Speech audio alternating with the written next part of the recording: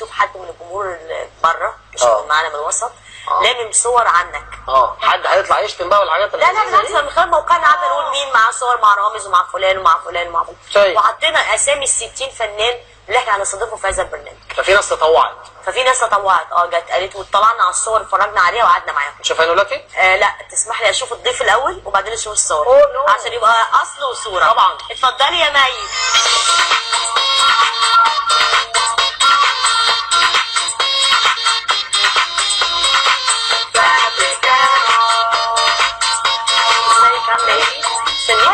ازيك اخبارك؟ هاي رامز، ازيك عامل ايه؟ اخبارك؟ الحمد لله. ازيك عامله ايه؟ الحمد لله تمام.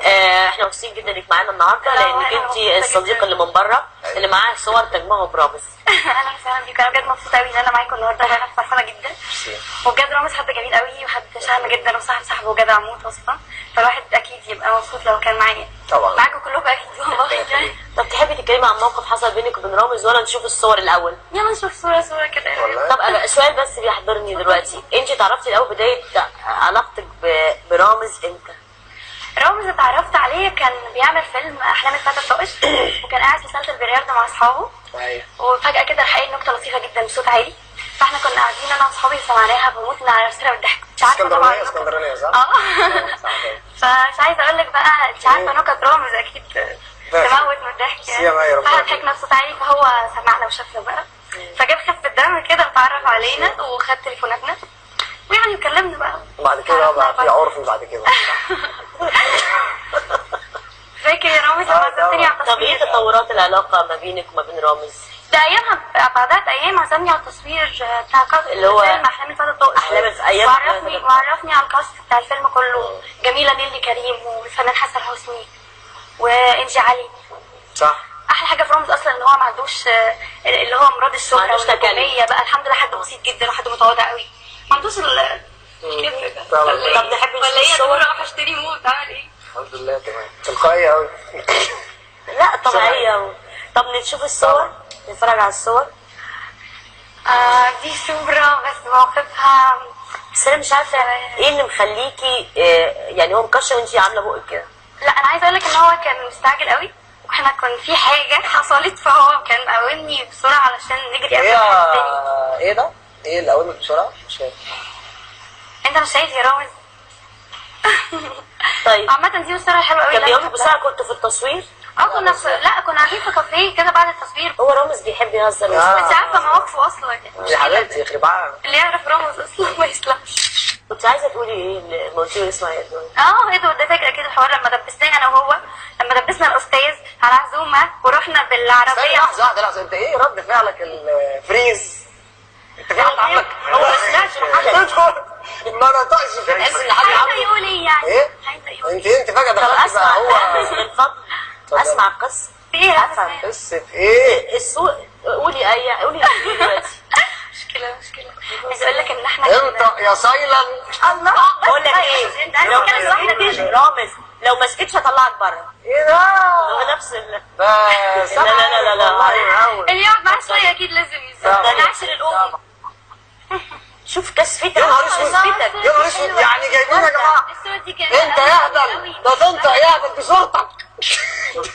دي صورتك اللي حاطه راسها ايه انت مش شايف ولا ايه ادوارد اصلا؟ لا انتوا متفقين مع بعض. انتوا متفقين مع بعض ودي ايدك بس عايز اقول لكم حاجه يا جماعه بجد تحيه فوتوشوب. ادوارد الصوره دي بجد ولا مش بجد؟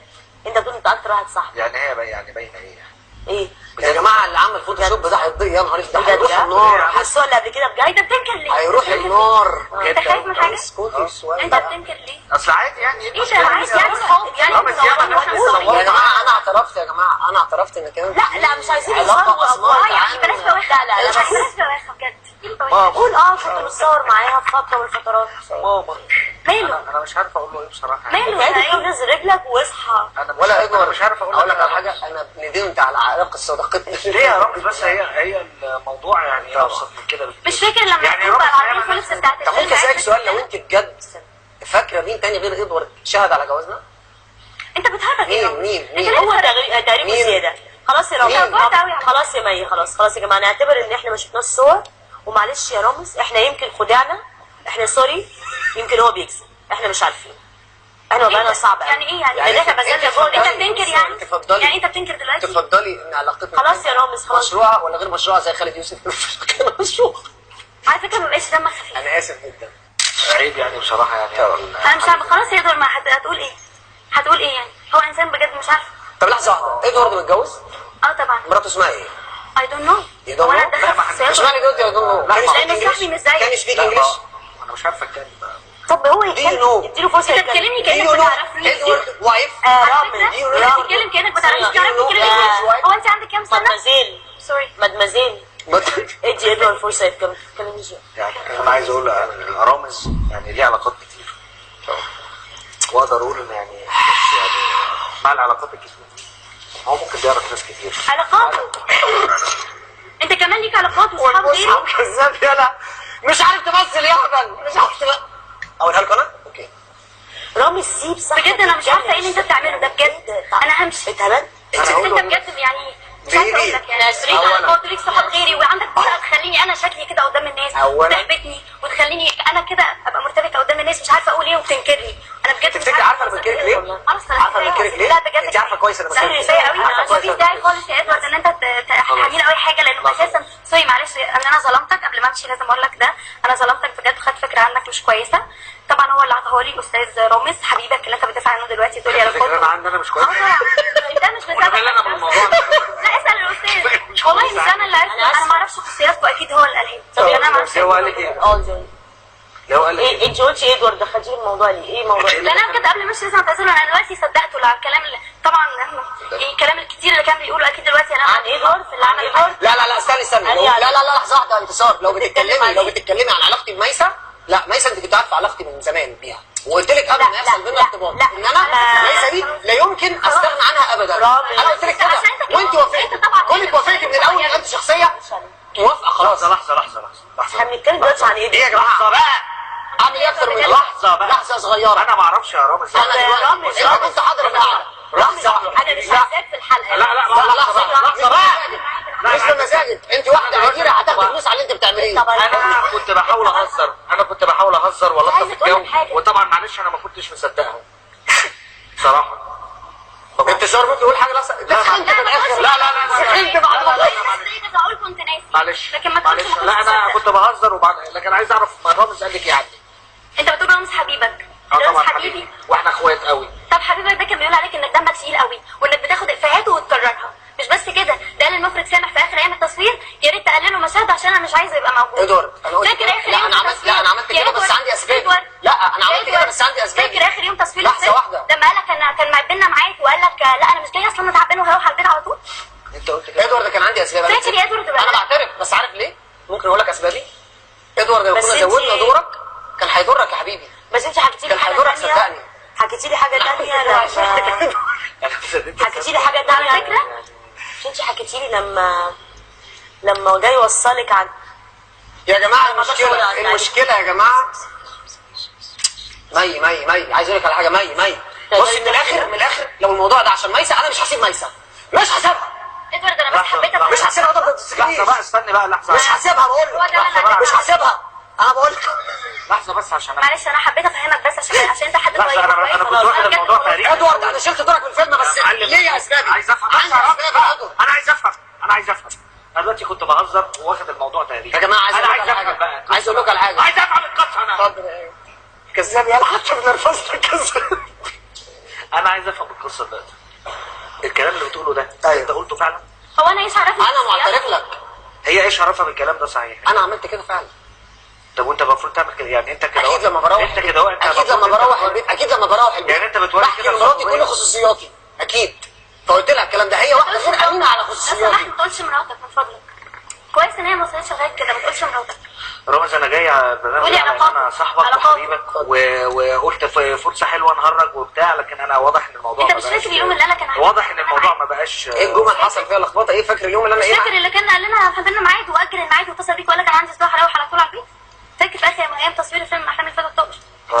يوميها قال لي انا وزعت اصل دمه تقيل والقعده خنيقه بيه. نزلت رحت الميسه. والله العظيم خساره صاحبي. ادوارد انا قلت لك من الاول ده انا اسف واجوف انا اسف ان انا حضرت البرنامج ده يا جماعه متجوز عندك ولاد وانا كان اي حتى مشروع جديد هخشه مع رامز فانا معتذر. ادوارد لا بص، لو انت هتعمل كده لحظه واحده لو انت هتعمل كده بجد، مراتك تعرف ان انت متجوز عليها؟ مراتك تعرف؟ اشمعنى انت عمال تفضح فيا؟ شفت يا رامز؟ لو سمحت بعت الكاميرا عندي. شفت يا مرات ادوارد الست الطيبه هو ده صاحبك مامة ولاده. هو بدأ هقول لها انت اتجوزت فيهم ايه؟ كده مش عارفه القعده دي. هقول لها انت اتجوزت انا عارفه يا سامي، انا عارفه بس لحظه واحده وهو بيصور حسن ومرقص هقول لها انت اتجوزت مين؟ اتجوزت ايه يا عم؟ هقول لها يا رامز ده مش لا الكلام ده مش شريك. اديك شايف انا يا وريتك جماعه انتصار ما حدش عنده الجراءه يتكلم زيي على فكره. انا على استعداد اواجه اي حد. احنا عايزين بجد يا جماعه احنا جايين الست اللي جايه دي جايه علشان تقول ان انا في بيني وبينها علاقه غير شرعيه وانا بقر بعلاقتي بيها. اعمل ايه اكتر من كده؟ اعمل ايه اكتر من كده؟ مش طبيعي بجد، انا بقول كده. انا بجد اسفه يا جماعه ان انا عطلت نفسي وجيت الحلقه دي عشان خاطر اتفضلي. السلام. انا اتجوز واحده تمشي كده؟ يعني انا اتجوز واحده تلبس شمسيه؟ يعني طفشت الاثنين اللي احنا جايبينهم دق لك. والشام. اقعد بقى بطولك في البرنامج، اقعد دور بقى الحوار، اتكلم مع نفسك بقى. دي واحده عندها رباط صليبي وجايه تقعد تتكلم، اعمل لها ايه؟ اعمل لها ايه؟ يعني اصحابك الاثنين اللي معاهم صور معاك كرهوك طبعا. عاجبك؟ طبعا. الحلقه دي اثبتت لي حاجتين. اولا ان ادوارد بيحبني قوي وانا بحبه اكتر ما هو بيحبني. ثانيا اكتشفت ان انتصار مذيعه عبقريه وحياه ربنا انا بحبها جدا والله العظيم. انتصار صدقي.